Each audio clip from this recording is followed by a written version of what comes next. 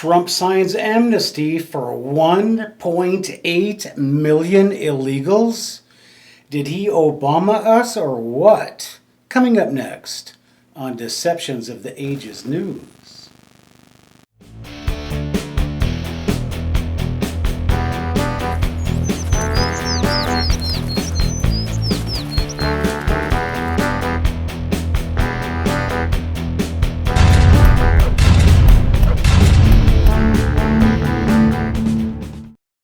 Hello everybody and welcome to Deceptions of the Ages News. Now before we get into our subject of the day, which is the DACA amnesty, I want to say thank you to 700 people. Actually, I'm up to 696 right now, but I'm very close to 700 subscribers. So probably by the time I finish shooting this, or at least by the time I finish editing it and post it, I will have reached 700 subscribers. So you guys, I really appreciate it. And I really, more than anything, I really enjoy the dialogue on the commentary and the comments that you guys are leaving because some of them are very well thought out. And I would only caution some of you guys who are into action stuff, watch these comments because, people are reading them. And if you guys have a, tendency to use four-letter words in your daily communications, just remember, please, that there are children that read these things. And hopefully you'll remember that and not try to use that kind of language or ideas that are just kind of crazy that you wouldn't want your own kids to see. So if you would just follow those rules for the comments, that would be awesome. Okay, so if you haven't yet, I would just encourage you to subscribe. I'm actually running for governor of Washington State, so we'll be watching my progress over the next 2 years. And eventually I'm going to have to actually make my own channel for being the candidate for governor of Washington State. But I just want to announce that to you. So if you don't have a reason to subscribe yet, then maybe that's it. Okay, President Trump. Let's see where we start. He betrayed us. He is a stooge to the globalists. He sold us out, right? Well, it sure looks that way, and anybody could make that argument and probably have a hard time arguing against that. But before we go down that road, let's talk a little bit objectively about the situation the president was put in when he was elected in 2016. All right, the first thing I want to teach you doesn't have to do it necessarily with DACA. It is a general concept, and that is that people that work for the government, just like you, want to keep their jobs. Now, generally, most of the people that work for the government are very nice, concerned people, and they care about their job, and they care about what they do, and they care about America and all that stuff. However, as we have seen lately, there are some very, very, very bad people, very sick people, and very anti-American people that have somehow worked their way into the government. Now, these people, they not only don't do their jobs, but they actually try to hurt the people that depend on them. And these are the people that we have to watch out for. Now, when these people who are not good at their jobs, who are nefarious in their outlook, when they screw up, and we see it again and again, it's always the same thing. They stand in front of a camera, and of course the media kowtows to this because they're part of the whole scam. But they stand before the camera and they tell everybody that in spite of the billions of dollars that have been spent on preventing this kind of thing, oh, it just couldn't have been prevented. They say things like, oh, they didn't connect the dots. Well, maybe we shouldn't have somebody investigating terrorists. Maybe we should have somebody investigating dots. Okay, so now that we understand that when the government screws up, they use us as like a human shield. I'll use 9/11 as an example. The American public has to, number one, pay for it, and number two, we have to die for it because of wars these people start. So we get screwed up. No matter how you look at it, we get screwed. So once we understand that the government is full of people that are generally good, but there are a few people, especially in leadership positions, that are bad people and that they do things against the United States. And you've seen enough about the deep state. I don't have to go into that, I hope. So now that we understand that when these people do bad things to the United States, the American people have to pay for it. And why do the American people have to pay for it? Because the American people don't say anything. So why don't the American people say anything? Well, let's take a closer look at that. Now, in my book, Deceptions of the Ages, I use the analogy of the magician who, while he's doing a card trick over here, he's actually doing stuff over here that nobody's looking at. And let me just show you this quote from Deceptions of the Ages right here. And I'll give you a second to read that. Okay, got it? Good. All right, that's from Deceptions of the Ages, Mormons, Freemasons, and Extraterrestrials, if you're interested in more. Okay, so now that we understand how this misdirection actually works, let's look at recent history. In 1996, NAFTA was passed. Nobody complained then. And that year, millions of immigrants crossed the border. In 2000, George Bush stole an election, and no one complained, and millions of immigrants crossed the border. In 2001, somebody attacked the Twin Towers in New York City, and nobody complained. And that same year, millions of illegals crossed the border. In 2001, we attacked Afghanistan, and millions of illegals crossed the border. In 2003, we attacked Iraq, and millions of illegals crossed the border. In 2008, there was a crisis, and millions of illegals crossed the border. In 2008, we elected a person who may or may not even be a U.S. citizen, and millions of people crossed the border. So we've seen that, yes, as we have gone through Iraq War, Afghanistan War, Bush, Obama, it's always the media selling us on this, right? And why does the media sell us on immigration, war, and pharmaceuticals? Because that's where they make their money. It's not people like you and me that hire illegal aliens.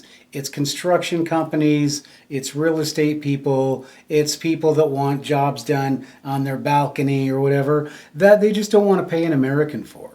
So I really have no sympathy for these people, but that's who is going to tell you that you are a racist if you are against this illegal immigration, because these corporations, Fortune 500 people, they need these illegal aliens. And that's what Trump also knows, is that they need this dirt cheap labor of people that are here illegally, because then they make a lot of money and they can have a mobile home or a motor home and a vacation and a cabin out in the Tetons, while the rest of us suffer. So that's what it's really all about. These are just Americans that don't want to pay a living wage. So in a lot of cases, it should be the Americans that go to jail and not the Mexicans or the illegal aliens. But we're gonna fix that soon enough. So at the same time that we are attacking Afghanistan and attacking Iraq, and anybody else who has people in their country that we suspect is a terrorist, we are also letting in millions of these people that don't share our religion, that don't like us, that would generally be out shouting things about our country in front of the camera if they were in their own country. But suddenly, we are just inundated with all of these people and all of these cultures, and not one person was asked. And not only that, did anybody even say, hey, what is going on here? But that's not all. Because this person that was elected, that may or may not be a U.S. citizen, who is a known black supremacist who has been photographed smiling with Louis Farrakhan and somehow usurped the White House, decided that, well, we're just going to let all these different cultures into the United States. And to do what? What was the end result of that? I'm not going to answer that. You all know the answer to that. So just think about that, and then let's talk about DACA. Okay, so what is DACA? You have 1.8 million illegals in this country who are brought here by their parents. Now, the argument is that their parents broke the law, they didn't, so they have the right to stay here.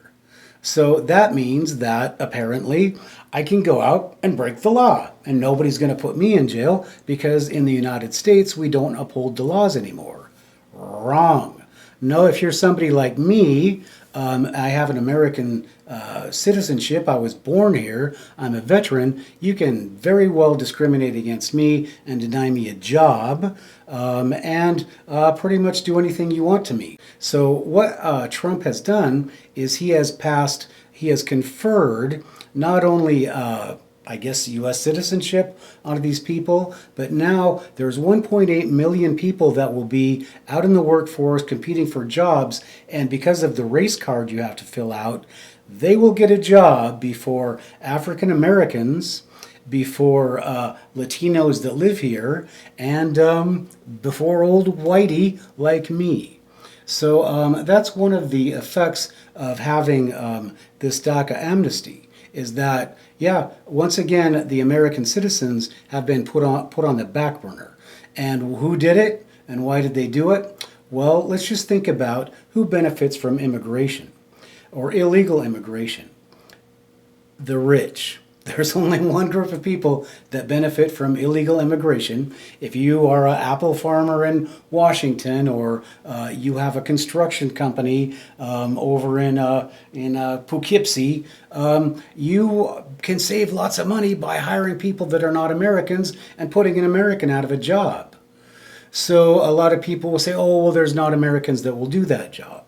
Well, if you gave them enough money to where that job was respectable, they would do that job.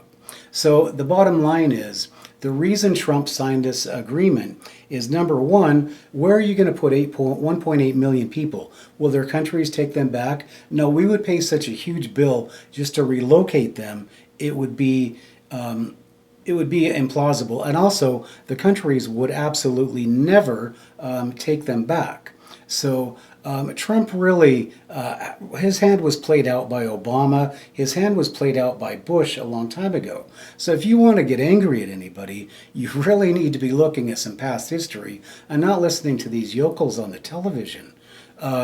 This stuff started a long time before Donald Trump got involved. Now, the last thing I want to say is this, is that there is a finite amount of space. There is a finite amount of resources. And the United States government is packing so many people into this country. If you've ever been to India, where people live in the street, I mean, entire families live under a tarp, and that is their house. That is exactly what the United States is going to be in 40 or 50 years, because the people, the populations that they're bringing in here, they don't have 1 or 2 kids, they have 8, they have 9. And the more kids they have, they feel the more they can control this country and control and, erode our culture. So if you're sick and tired of that, I just want to tell you or remind you of a couple things. You sat through September 11th and didn't say a thing. You sat through a recession. You elected a guy who the media told you was an American citizen, but probably actually wasn't, and he was probably one of the worst enemies America's ever had. And he stirred up all of this racial strife in our country, and you elected him. So you didn't say anything about NAFTA, you didn't say anything about GATT, you didn't say anything about killing millions of people in Iraq and Afghanistan. And now that the tables are getting turned on you, are you really that upset about it? Well, I would just ask you that you think objectively about this.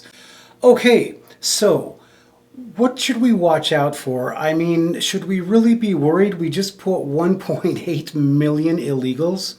Well, I think there's a series of things that you need to watch out for as an American citizen, because now the road looks a little bit more bumpy than it has for the past year since Trump has done all of his legislation. Now, the first thing that we need to look at is, okay, he just let in 1.8 million people. What about the 10 million, at least probably 15 million that are still in this country? What's going to happen with them? What about continued immigration? What's going to happen with that?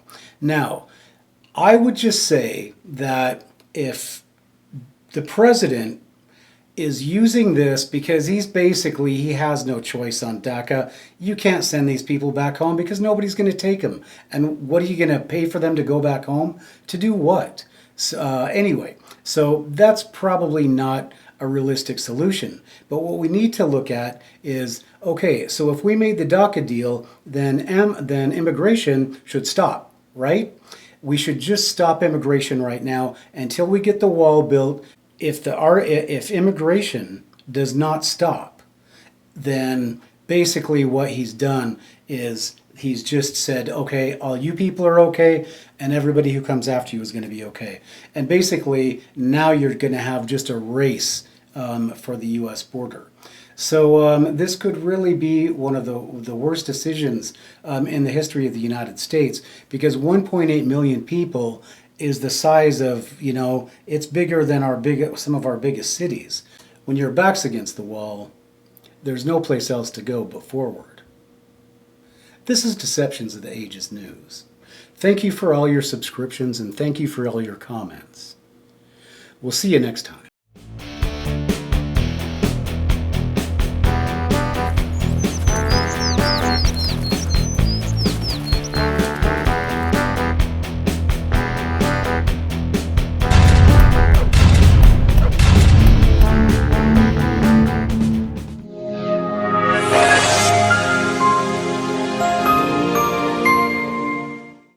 Hello everybody, and thanks for sticking around. Now, I know that you stuck around because you enjoyed the video and it really hit something within you, and you would like to see more material like this. Well, if that's the case, then I would like to ask you to consider subscribing to me on my Patreon account. Now, I will leave a link in the description below, and you don't have to pledge that much, maybe just $1, $2, or $3 a month, but I not only make videos, but I'm also an author. I have 5 great books that are available at hindsight.com. So if you would like to consider supporting me in that respect, then not only would you be supporting me, but you'd also be getting some awesome books. And what I would like to do eventually is be one of the greatest authors in the United States. But I'm competing with major publishers, and it's very difficult, and you have to have money to do that in order to be able to produce more material. So I have many books in the works, but I just don't have the funding, and if I don't have funding, then I have to go back and find some other way to bring in money. So please consider a donation to my Patreon account, or just go ahead and buy a couple of my great books. You'll love them, and I'm sure you'll come back to buy the rest of the collection. I'm Matthew Heines. Thank you for your donation,